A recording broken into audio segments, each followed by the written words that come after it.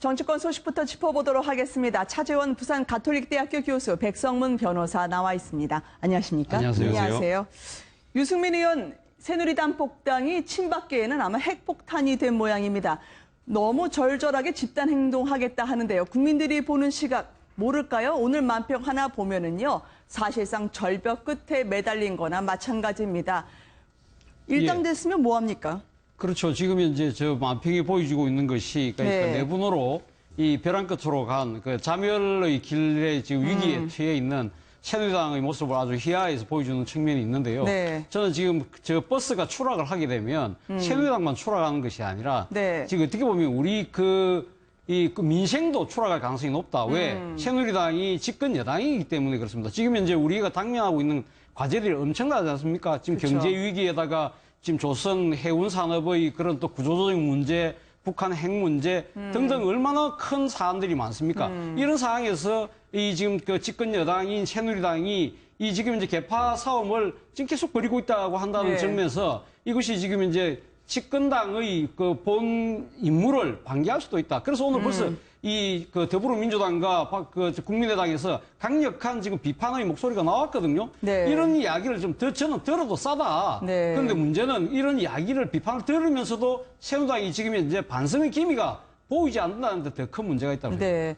아니, 다시 두 쪽 되지 않을까 싶어요. 이미 새누리가 불안해 말씀하신 것처럼 야당 원내대표들이 입 모아서 걱정을 해주던데요. 차라리 분당하는 게 낫지 않겠냐라는 국민들 얘기가 있을 것 같아요. 근데 진짜 이렇게 가면은 분당이 될 수 있다는 생각까지 들어요. 사실 네. 이번에 어쨌건 혁신 비대위에서 무기명 투표를 거쳐서 복당 결정을 했잖아요. 네. 그러니까 절차적인 문제, 법적인 문제는 없습니다. 근데 일단 친박 쪽에서는 뭐 유승민 복당 쿠데타라는 표현까지 쓰면서 굉장히 격하게 반응하고 있는 상황이거든요. 네. 지금 일단 서청원 의원이 하는 얘기를 저는 친박계 쪽에서 좀 들었으면 좋겠어요. 서청원은 이런 얘기 하셨거든요. 비대위 복당 결정은 따라야 된다. 네, 하지만 여론 수렴이 좀 미흡했던 점은 굉장히 아쉽다. 이게 어찌 보면 친박에서 할 수 있는 최선이 아닌가. 여기서 쿠데타니 그럼 다시 제고하면 뭐 다시 내보낼 겁니까? 그렇죠. 지금 이미 이렇게 된 상황에서는 어떻게 수습할지에 대해서 머리를 맞대고 생각해야지 말씀하셨던 것처럼 국민들 우려하는 것처럼 이러다가 정말 분당이 될 수 있다는 생각까지도 듭니다. 네. 야당 쪽이 오늘 여당에 대해서 일제히 이 어떡하냐 당정청 회의도 취소되고 하던데요. 더불어민주당은 당권 찾고 싶은 분들 일제히 히말라야로 떠난 분 문재인 전 대표를 입에 올리고 있습니다. 네팔에서의 근황이 공개가 됐어요. 안경 받침대가 떨어져서 그렇지 얼굴이 참 좋아 보이시더라고요. 문재인 전 대표 입장에서는 지금 현재 일단 골치 아픈 정치 현장을 떠나기 때문에 마음은 네. 좀 편할 것 같지만 꼭 그렇게 보이지도 않습니다. 오늘 뭐 지금 송영길 지금 이 의원이 지금 당권을 노리고 있지 않습니까? 그래서 네. 문재인 전 대표도 나를 찍을 수밖에 없을 것이라는 이야기를 했다고 그러는데요. 물론 뭐 송영길 의원의 입장에서는 이제 그 당내의 주류 세력이라고 하는 친노 친문이 개파적 투표가 아니라 이해가치적 투표를 해서 자기를 찍을 거라는 이야기를 하지만 어쨌든 간에 지금 당권을 노리는 사람들 입장에서는 히말라야로 떠난 문재인 전 대표의 문심을 잡는 것이 아마 관건이다 생각하시는 것 같아요. 네. 바로 그 때문에 문재인 전 대표가 지금 히말라야로 떠난 건 사실이지만 그럼에도 불구하고 지금 현재 이 문 대표를 또 지칭되는 친노 친문이 이 표심이 사실 이번 당권을 가르는 가장 큰 변수가 아니겠습니까? 네. 그런 측면에서 문재인 전 대표가 지금 이제 네팔에서 아마 국내 이야기, 정치 이야기하고는 조금 거리를 두면서 자신의 아마 지금 이제 네팔의 지지 현장을 찾는다든지 나름대로 그런 행보를 열심히 하는 것 같습니다만은 어쨌든 간에 지금 이제 국내에 있는 더불어민주당의 당권 주자들은 문재인 전 대표를 내버려 둘 생각이 별로 없는 것 같이 보입니다. 여의도만 안 계시면 지지도가 올라가는 분입니다. 문재인 전 대표 참 묘한데요.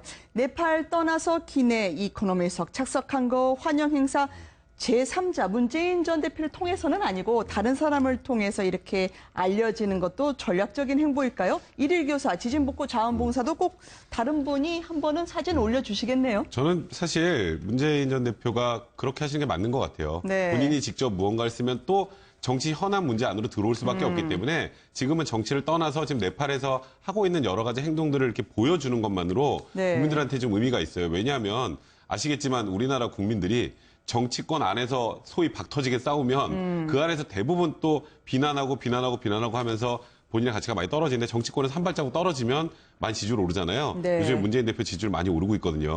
그러니까 아마 그 행보를 어느 정도는 이어가지 않을까 생각됩니다. 네. 참 가장 골치 아픈 당은 그런데 국민의당 같습니다. 기대가 크면 실망도 크다고 해야 할까요? 바로 직격탄을 안철수 대표가 맞았는데 밖으로 도시고 이제 내부 단속은 박지원 원내대표가 해주시는 것 같던데요. 오늘 안철수 대표가 대우조선해양 관련 은행 행장이 아예 물러나야 된다. 거세게 질타를 하더라고요. 집안은 참 복잡하긴 한데 말이죠. 그렇죠. 제3당의 대표로서 지금 이제 우리 경제의 현안인 이 지금 그 조선산업의 구조적 문제가 잘못된 부분에 대해서 질타를 하는 건 뭐 지극히 당연하다고 네. 생각합니다만 문제는 이 지금 자신의 눈 안에 들어있는 티끌이 아니라 덜 보지 않습니까?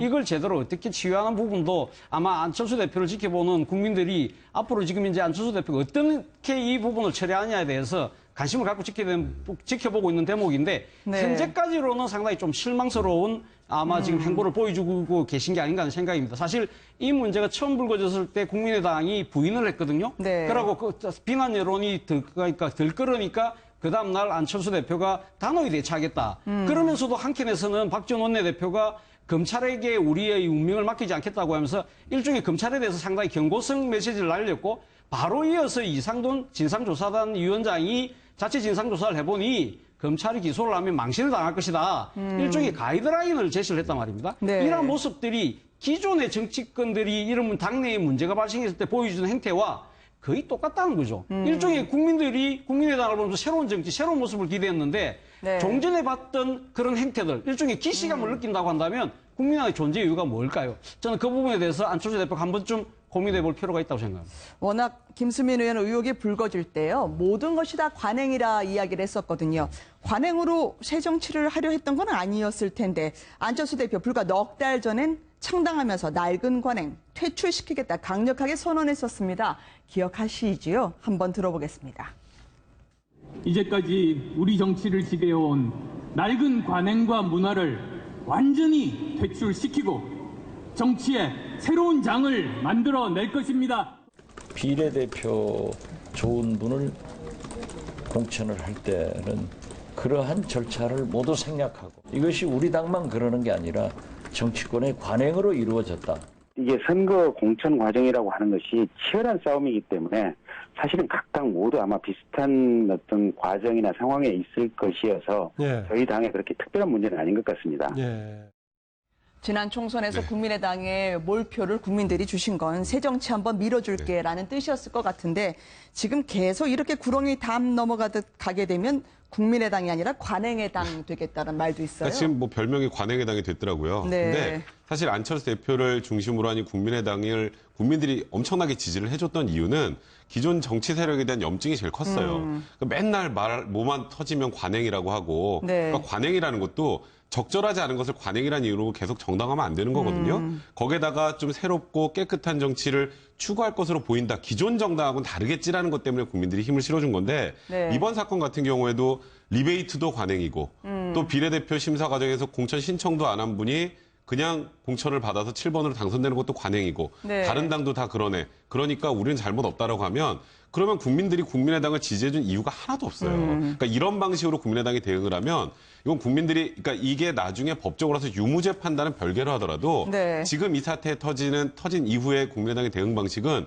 기존 정당보다 더 못하면 못했지 뭐 지금 비슷하지도 않은 거라는 생각까지 들 정도이기 때문에 네. 국민들이 국민의당에 굉장히 실망할 가능성이 높다는 생각이 듭니다.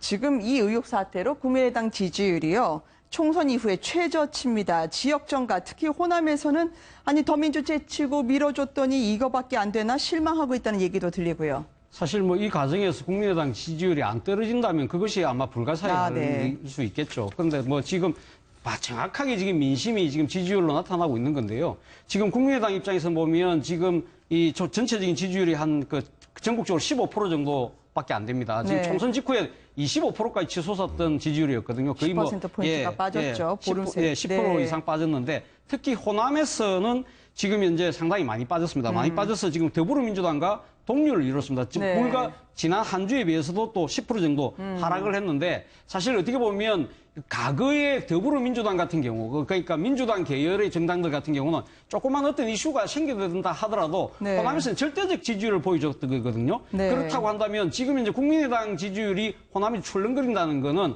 아직까지 국민의당이 뿌리를 완전히 내리지 못했다는 하나의 반증이 아니겠습니까? 이런 상황이라고 한다면 국민의당이 이번 사태에 대해서 이 처신하는 모습이 좀 더 색다르고 좀 더 새로운 모습으로 접근을 하는 그런 식의 자세가 필요했던 건데 네. 너무 지나치게 기존의 너무나 익숙한 기성정당. 너무나 네. 기성의 방법으로 거기에 대한 실망감이 정확하게 반영된 결과라고 봅니다.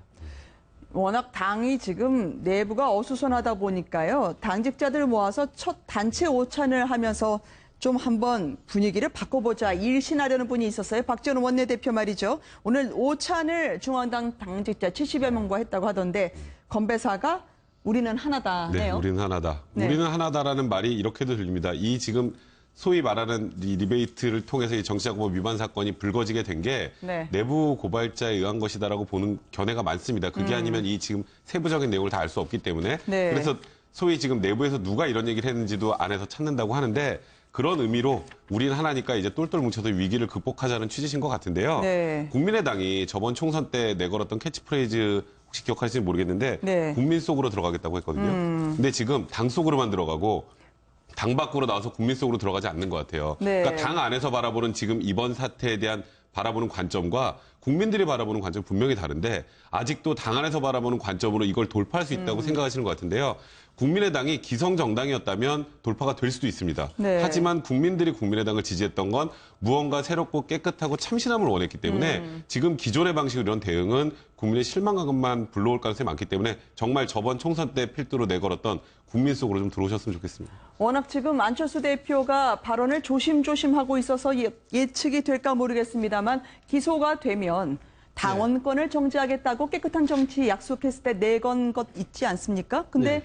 과연 자신의 측근들이 기소가 되면 박선숙 그리고 김수민 의원까지 읍참마속을 할 마음의 준비가 돼 있을까요? 물론 검찰 수사 결과가 나와야 지금 말이지만. 함이나 나오지만 이상돈 네. 지금 진상조사단 위원장이 검찰 수사 상황을 지켜본 뒤에 박선수, 김수민 의원에 대한 정치적 책임도 고려하겠다고 이야기했는데 네. 저는 이 말씀 자체가 좀 이해가 되지 않습니다. 왜냐하면 지금 진상조사단장인 이상돈 단장께서 어제 사실 뭐 자칫 진상조사 결과를 발표하지 않았습니까? 안에 내부적으로 아무 문제가 없다는 거죠. 네. 그 자신들이 자기들에게 면죄부를 줘놓고 그럼 뭐라고 이야기했습니까? 검찰이 기소를 하면 망신을 당할 거라고 이야기를 한 상황에서 그런 상황에서 지금 검찰이 그러면 결과를 지켜본 뒤에 정치적 책임을 묻겠다? 조금 자가당착적인 측면이 있는 거 아닙니까? 네. 사실 무엇보다도 이번 진상조사단 자체가 자신들의 그런 그 의혹에 대해서 좀 엄혹하지 못했다. 저는 이 생각을 지울 수가 없거든요. 왜냐? 지금 사실 이번 사건의 가장 큰 당사자를 할 수 있는 박선숙 전 사무총장 그리고 김수민 의원에 대해서 면담 조사조차 하지 않았어요. 어제 이 그 검찰에 출두한 왕주현 사무부총장도 아직까지 뭡니까 검찰에서 가서 조사를 했지만 자신들 조사할 이유가 없다는 거죠. 왜? 이 세 분이 다 형사자 피의자들이기 때문에 이 자신들이 섣불리 이야기했다가는 불이익 당할 수 있다. 네. 모르겠습니다. 그 불이익이 저분들이 불이익은 그 상당히 보호를 할 측면이 있지만 그러나 이것이 국민들에게 끼친 불이익에 대해서는 그럼 누가 책임을 져야 되나요? 저는 그 부분에 좀 네. 이해를 잘 못하겠습니다. 참 국민의당은 저 배낭을 매는 게 유행인가 보죠. 안철수 대표도 맺긴 했지만 말이죠. 아니 그러니까 지금 어제 그 진상조사단 이상돈 의원의 말씀은 지금 검찰이 수사하면 망신당할 거라는 건 지금 검찰이 수사해서 나올 게 없다는 취지잖아요. 네. 그러면 그래서 무언가 결과가 나오면 정치 탄압이라는 쪽으로 또 갈 수밖에 없어요. 이렇게 시작을 하고 소위 말해서 이렇게 미리 막아놓고 시작을 하면 그리고 진상조사단은 애시당초 시작부터 한계가 있을 수밖에 없습니다. 그러니까 지금 그 홍보업체 일단 통장 계좌냈고 그 돈 그대로 있다는 얘기만 하시는데 네. 전체적인 자금 흐름은 볼 수가 없어요. 권한도 없고. 네. 그리고 말씀하셨던 것처럼 가장 핵심 관련자들 진상조사를 위해서 면담도 치르지 않은 상황에서 결과를 발표하고 우리는 아무 문제 없다라고 하면 이걸 국민들이 받아들이기 힘들어요. 그래서 차라리 네. 저는 이 부분은 검찰 수사에 맡기겠다라고 하고 오히려 진상조사단을 꾸려서 해야 될 거는 이번 공천 과정에 불투명성이 있었는지 그거는 사실 법적인 문제가 아니고 정치적인 문제니까 그런 부분에 대한 진상을 드러내고 우리 국민들에게 잘못한 건 잘못했다고 하고 매를 맞을 건 맞고 그리고 넘어가야 되지 않을까 생각이 드네요. 검찰 조사 시작 이후에 당에서 나온 발언들이 오히려 자신의 발목을 잡을 수 있는 덫이 될 수도 있는데 말이죠. 오늘 정가 소식 함께 들었습니다. 감사합니다.